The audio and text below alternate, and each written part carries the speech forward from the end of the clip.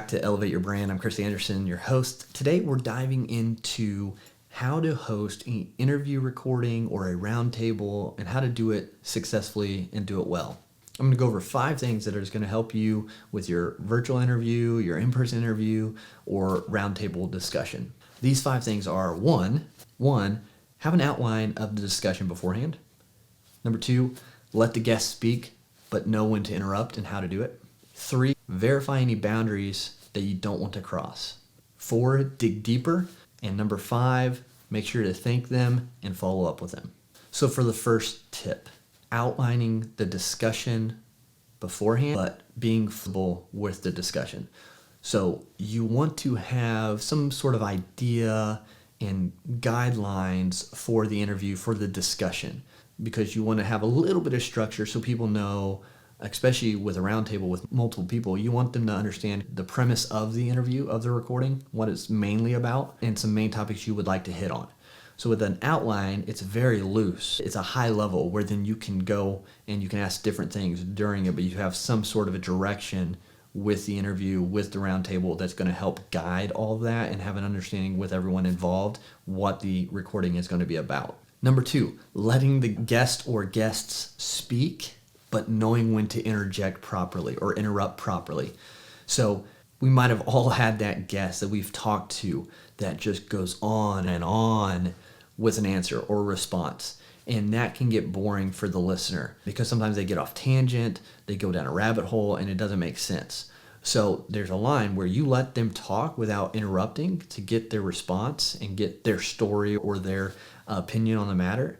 But once you see it going off the rails or going down that rabbit hole, you've got to be able to politely interject and direct them and position them back on track with the conversation. So you can do that. You can do something just, hey, I hate to interrupt, but I noticed you said this right there. Can we dive into that a little bit more? Or I like what you just said right there. Can we pause just a second? You said this, and then dig into it. Because if you let them continue to talk, they'll just keep going and you won't get to the meat of the episode that you wanted to do in your outline. That's number 2. Number 3 is you want to verify any boundaries that you do not want to cross during this interview or discussion. So if it's someone that there may be some controversy around their story or around things they've done, or just in general, maybe they're a high profile person or anyone really, asking them ahead of time, hey, this is the outline. This is the premise of the recording. I would like to ask certain things. You're live, X, Y, and Z. You might already know those. So you say, is that okay to touch on? Is there anything that you do not want us to touch on? And they'll know. And do this beforehand, through email or even a pre-call. Oh yeah, that's completely fine. Nothing's off limits. Okay, great. That's great to know. Or they might say, yeah, hey, please don't touch on this part of my journey. I'm not ready to speak on it, or X, Y, and Z. So that'll help you not have any awkward moments on the camera, on the recording, especially if you're doing live, where you say something and they're like, no, we're not talking about that. Or you could do that depending on the direction you want to take to make engaging like post about, yeah, and they just completely shut me off. But more or less, you're going to be respectful about their story and what they don't want. So the 4th thing is to dig deeper. So a lot of the times, and I'm still working on this too and improving this part, is where you're interviewing someone, you're having the discussion with them, and they have a great response to your question you asked, but we're almost too quick to take that next step down the interview road. So instead, if we can take a second to think and respond instead of just be ready to respond, what did they just say and how can we dig a little bit deeper? Hate him or love him, I was just actually listening to Howard Stern, one of his videos, and he asked a question to his guest and the guest responded, answered the question, but in that they had mentioned that they were working with another actor and how that person was. And just a little quick side note on their story. But Howard, instead of going right to the next thing that he probably has on his list, he just leans forward and said, well, that's a fascinating story. You mentioned this person and what it was like to work with them. Let's dig into that. Or tell me more about that. And then he guided the person he was speaking to talk about that. And you're going to get more value from those persons when you can dig deeper and segue off of their answer with kind of getting more into the meat, because everyone has their canned superficial answers that they talk about all the time. But if you can take one thing and dig deeper on the topic, you're going to get something new and fresh that maybe someone else hasn't, or maybe that they haven't said yet, that no one's heard. that's going to resonate more with the audience because it is new and fresh from that individual.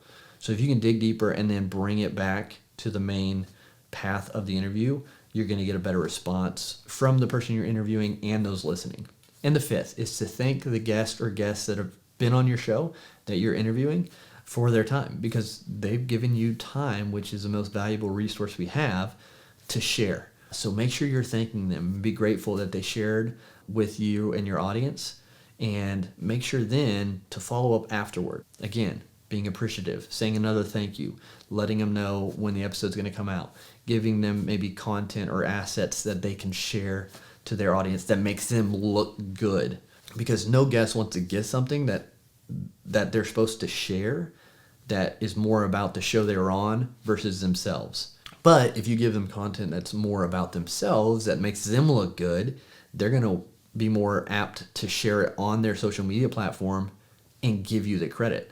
And that's going to be more beneficial. So think about that when you're creating the content and following up with them. And then when you're following up with them, if this person was someone who could be a client of yours or something of that nature, continue to give. So then when you follow up, it opens the door easier to, hey, I know we talked about this, or you said this, or mentioned these things. That's something we do. I'd love to have that conversation. It's much easier to take someone you've already talked to and built a little bit of rapport with, and that you've given value to and followed up with, to then say, hey, I know you mentioned this. We solve that. If you're ever open to having that conversation, I would love to do that. So just opens up the door with having to thank you and follow-ups.